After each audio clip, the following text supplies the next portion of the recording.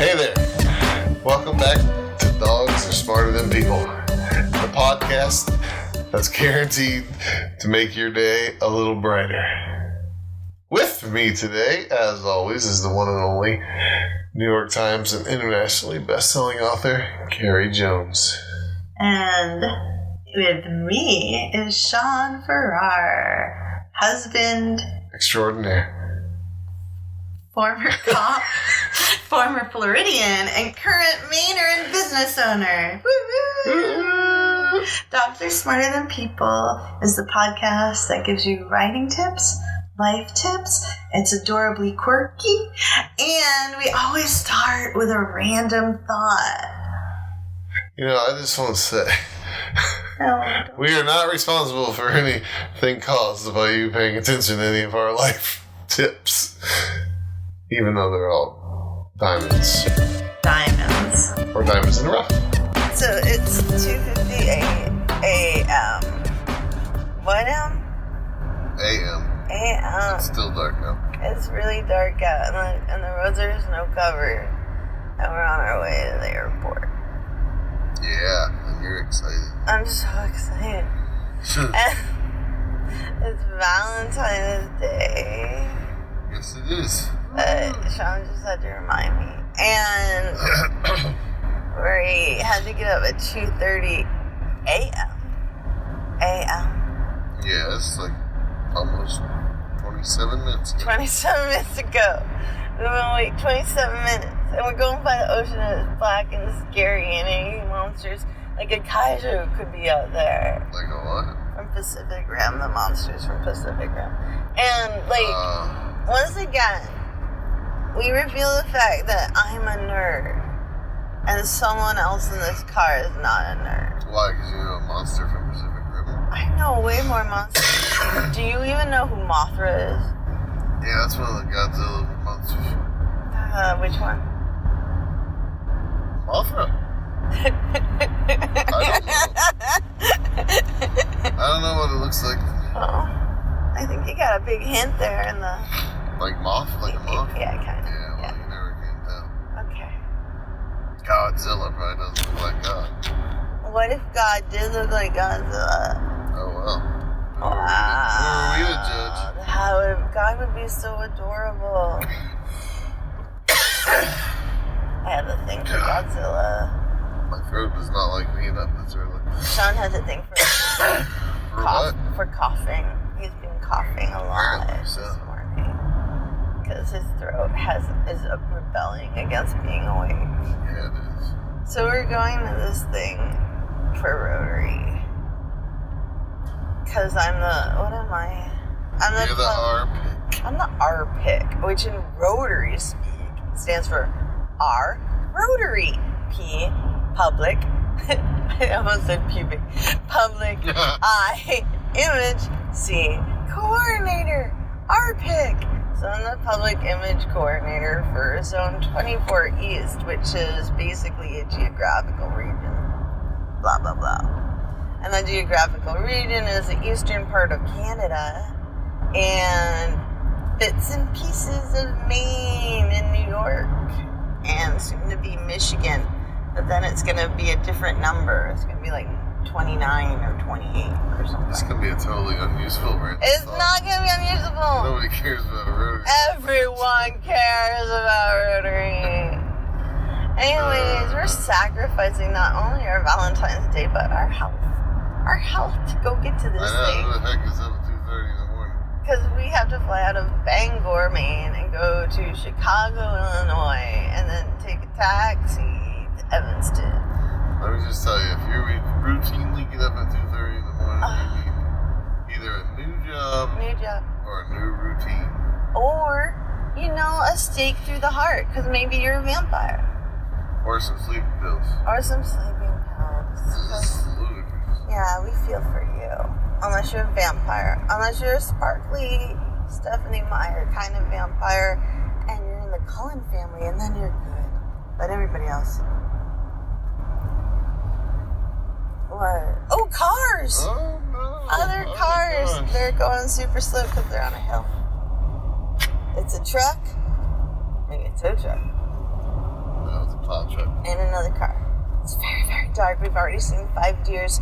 And to make this interesting, I'm going to tell Sean about what I just read about yesterday. Okay, and then I have a quick question. Oh, why don't you do that first? Is it deer or deers? Deer. Oh, okay. Did I say deers? Yeah. It's really early. No, I just didn't know if it even mattered. It's so embarrassing. Universe. It's embarrassing. Early. Thanks for calling me out. I didn't mean to call you out. It was an honest question. I'm probably You're gonna. a grammar expert, so I thought I'd get the answer. My brain's not open yet. If it was like mice or mices. Oh my god. Deer. Deers. The deers. Anyways, what were you saying? Love, I'm sure. So much more interesting. Then my flaw. My big. It's a mistake. It's 2:30. It's 3 flaw. o'clock. It's officially 3:01, so we can't say it's 2:30 anymore. Oh man. I felt like I had No. more cred during the 2 Love, hour. you're gonna forget. What were you gonna say? No, I'm not gonna forget. Okay. Okay, so I read this article about zombie deer. What, they have chronic wasting disease, maybe? Basically, sort of. Like, but it's neurological. Yeah. And it's like, oh wait, is this something that's already known? I'm pretty sure. I didn't read the article, but it's probably chronic wasting disease. Anyways, it's been occurring since the 1960s, so for a really long time. But they're always worried it's going to become an epidemic because it's easily contagious. And the deer are basically like little deer zombies, and they stumble around and they get aggressive, and they're not sweet baby deer anymore. Their brains don't work, and they basically are like zombies. Yeah. And the thing is that they realize that people can catch it. Yeah. If they eat the deer meat. Yeah. Which is why we should all be vegetarians. And the epidemiologist guy was like, this is like, I have no idea why Stephen King hasn't written about this because it's that scary. We're all gonna die because of deer, and you can't even kill deer. Not that I would. On the island. And all 3 of our listeners are going to try to write a book about it now, probably. Oh, that'd be good. Maybe we'll inspire someone. Feel inspired. What would you say about the island? Where we live, you can't shoot deer. So you always, because... Well, you can, but not really. Not just normally hunting. You have to get a nuisance deer permit if they're eating your garden. Or if there's zombie deer, I guess. I'm sure if there was zombie deer. One of the very first times that I realized that I really liked Sean, was when he, what? When you first saw me. What? Walk through the door. I was like 10 years after I first saw him. And what? And I was doing. What did you say? What? I said like 10 years after I first saw you. Oh, that's such a lie. Well, I'll let her believe it. Okay. Anyways, ego boy. He was walking. Alright. What was it? Okay, we were riding in a truck or a car of some sort that was a police car, and I was doing a ride along for a story, and which means that I got to ride in the police car even though I was a civilian. I signed some paperwork or something. I don't know. And probably not. I signed paperwork. We had permission anyway. We had permission, and there was that time. Oh, there was a dead deer on the road, which is so sad. And Sean's like, I gotta go get that. It had been hit by a car. And he got out of the police vehicle and went to the deer, and he was just a silhouette, because it was nighttime, and it was like this dark silhouette in the headlights, and he leaned over and he grabbed the deer and he just like dragged the poor dead deer across the road, and it was really primal, and I was like, oh, I want to marry him someday. It's smooth and appeared to be totally effortless. It looked so effortless, honestly. I was just like, how is he even doing that? Because I was like, I would not be able. That's not her husky brandy voice. No, that was my like, whoa. That's how she was feeling on the inside. Oh my gosh, no. Anyways, it was really like, I was like, what? And he was super strong, which is how I feel like people think about Terry on Brooklyn Nine-Nine or Terry Crews in real life. Oh, I've never been that strong. No, but you're beautifully strong in a not overly muscular way. Like, you don't want to look like that. You want to be able to touch your toes. No danger of that here. I still can't touch my toes. Good Lord. I haven't seen you touch your toes. Yeah, were you helping? I was encouraging. You were pushing? I know, you did all by yourself, and I was very proud of you. Yeah, so that was right around where we are right now. Where we are right now. What kind of accent did I just get? I don't know what you mean where we are right now. When the deer incident happened, it was right along here on Route 3. Wasn't Oh, it? yeah, no, it was on 102. All right, it was on the road. I remember that. You remember it? Yeah. You never remember anything you do when you were a cop, you say. Huh? You always say you don't remember. Well, I remember that. How do you remember that? Because you told me when I got back in that it was special. That was special. That was very special. That was, I think, the same night when I was coming to do the ride-along, and this cop pulled me over that I didn't know because one of my headlights was out. Yeah. And he, leaned into the car, and I totally mommed him. I was like, are you okay? It's so cold out. Yeah, I was like... And then I pet his little hand. I'm like, you don't have gloves. And I think he was just like, what the hell? What the hell, Amy? That was really bad. Oh, that's very sweet. Oh, it was so embarrassing. Because I was worried it was really cold out and he didn't seem appropriately Is dressed. this thing still recording? Yeah, I'll stop in a second. Oh, this is a long random thought. That was kind of reminded me. Alright, we'll stop talking now. He's been babbling. I'm not babbling. It's early and she hasn't had her coffee. I haven't even had water. Me neither. Writing tip of the pod. So this week's podcast is called A Lot of Things. It's about zombie deer. As you heard in our random thought, Godzilla doesn't look like God, at least we don't think so. But mostly it's about emotions are contagious. Yeah. So when you're in a business or a nonprofit or just in your house, you'll often notice that emotions are kind of like the flu. They can be really easy to catch. When your friend's angry because someone's being a punk on Facebook, you often get angry too. When your kid's sad, you get sad. Emotions from others often seep into us, especially in the workplace. Let's say everyone's super excited at a writing conference. Are you gonna get super excited too? Probably. It's all about mirror neurons, emotional intelligence, and biomimicry. That's amazing.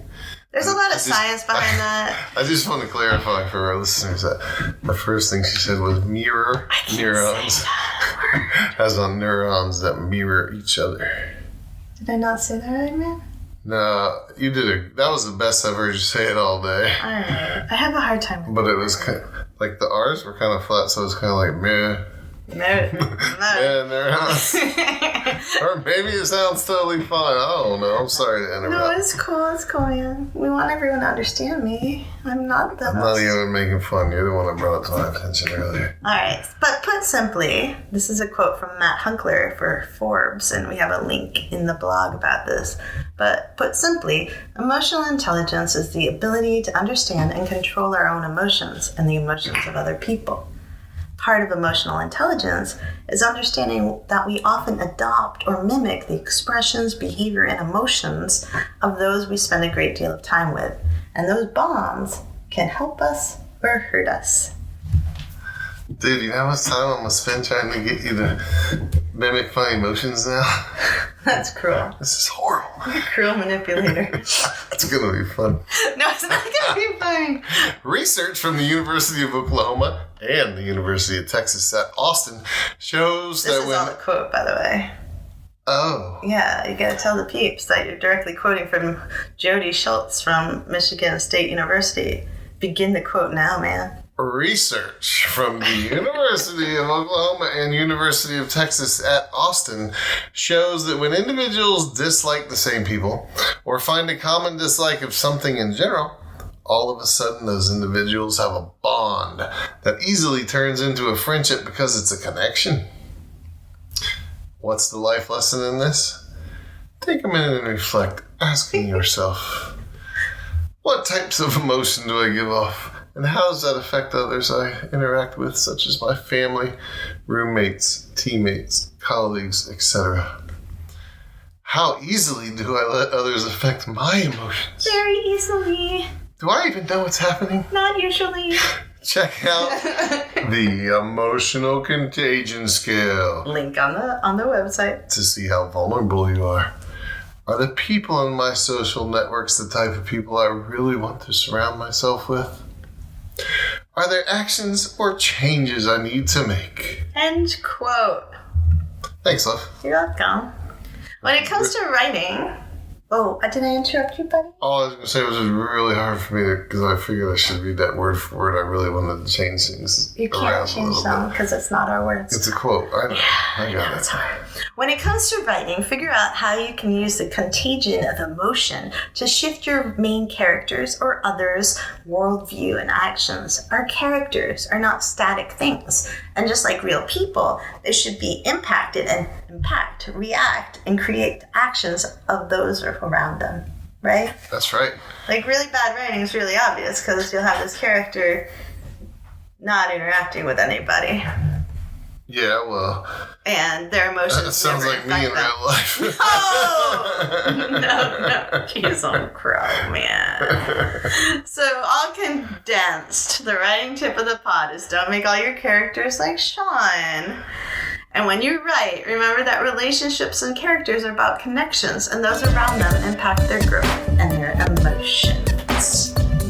Dog tip for life. Sparty says, if emotions are contagious, pick your pack wisely. Don't hang around with the growling jerks. Hang around with the dogs who wag their tails and keep you happy. And I said, just because you sit there and wag your tail constantly and drool one string out of each corner of your mouth, begging for a treat isn't necessarily making me happy. And he said, this is a very in-depth conversation you had with Sparty. Well, he listened to the meat of the podcast when we were doing that part of it, so he picked it. He's pretty intelligent. Yes. Anyways, now you made me lose my train of thought. Sorry. Hot dog. Oh, he said I wasn't trying to piss you off, Master. Language. But if this theory works correctly, my general exuberant well-being should still make you happy, treat or not. And then he edged a little closer to the pantry. He did that thing where he shifts his eyes. He's so cute. Like, the treats are right in there, dude. So I had to give him one. That's really true and smart. Yeah. Yeah. Yep. Dogs are wise. He won me over one way or the other. Yeah. And so the thing is, if you're in life, you want to do that too, right? You don't want to surround yourself with bad people or people who have a lot, not that they're bad, but just that they're full of negativity all the time, because that's going to rub off on you, and then that's going to impact your health and your wellness. That's and right. then you're going to be somebody who's full of negative emotion all the time, and then you're going to impact all these other people. Doesn't mean that you're not allowed to have negative emotions, and it doesn't mean that if you're truly depressed that this is not blaming. It's just that when you choose to interact and react with, and you have the ability of choice, and you're always cranky, and you're always grumpy, and you're always looking for people to poop on and criticize, if you're paranoid, if you think your coworkers or your other students are out to get you, if you compare yourself negatively to other writers, like all of that, it makes a ripple effect. Why are you looking at me? I was just like, and this episode of Emotional Contagion by Dr. Jones has been brought to you by Dr. Jones. Please follow my Patreon so I can get $1 a month. Yeah. And you can read something really cool. Carrie Jones Books on Patreon. I was sitting here the whole time thinking, man, you sound like a psychiatrist and we're supposed to be talking about writing. And then you brought it back around to writing, so. It's always about writing, I kind of lost my mojo. To be a good writer, you gotta understand people. right? You can understand their emotions helps, and their connections and how cause and effect happens and how not everybody's the same way of thinking as you. Let's maybe write a book about sharks. Oh, that would be nonfiction. But then you still want to know what people are interested in as far as sharks go. Oh, yeah, I guess so, yeah. Sean just put the whole cord for the headphones over his nose like I don't even know what. Like a what? Puppy. A puppy? And then you don't think a cute little puppy. I do. Thank you so very much for listening. I'd like to bring it to your attention that wonderful music is Broke for Free by Night Owl. Thanks to Creative Commons. That makes it happen for us. I have a Patreon where you can support us, the podcast, and get us one of those filters so our P's and our D's don't pop into the microphone. And that is at carriejonesbooks.patreon or Patreon/carriejonesbooks, I guess. And you can look it up and find it, right? There's yeah, you can. Tiers of awesome. You can get art. You can get books. You can get a story that I've never had published nor tried to get published, but you can read it yourself, and it's awesome. It is pretty good. And behind the scenes stuff about our podcast. I'm a subscribing member. Sean is. Thank you, Sean. Yeah.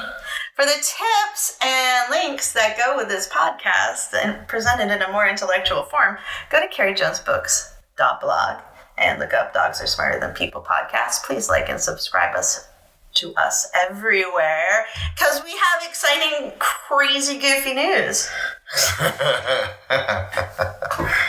We hope that you find any of those descriptive words applicable to what I'm about to say. Oh, they will find goofy. They will find goofy applicable.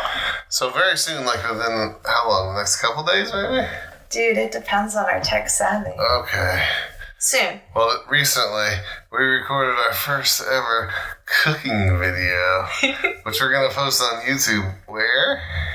Probably at just Carrie Jones Books. Carrie Jones Books? Yeah. Man, I need my own channel. Well, we can create your own channel, babe. But you're going to be in charge of it like a grown-up if we do. Oh, no. And interact with you. All right, we'll do it on Carrie Jones. Although this first video kind of, darn. what's the word? Features, showcases. Not me. It's all Sean. Little cameos by Carrie. Maybe. We haven't edited it yet. She'll probably try to edit herself out of the whole thing. Yes, I will, because I look like a little troll running in and out of the shot. All hunkered down. Like that. But I think you find it pretty humorous. Maybe. And informational. And you'll learn how to cook. Can I tell them what? Yeah, go ahead. Fried chicken livers. Yeah. One of Carrie's favorite foods. Don't let her down, please.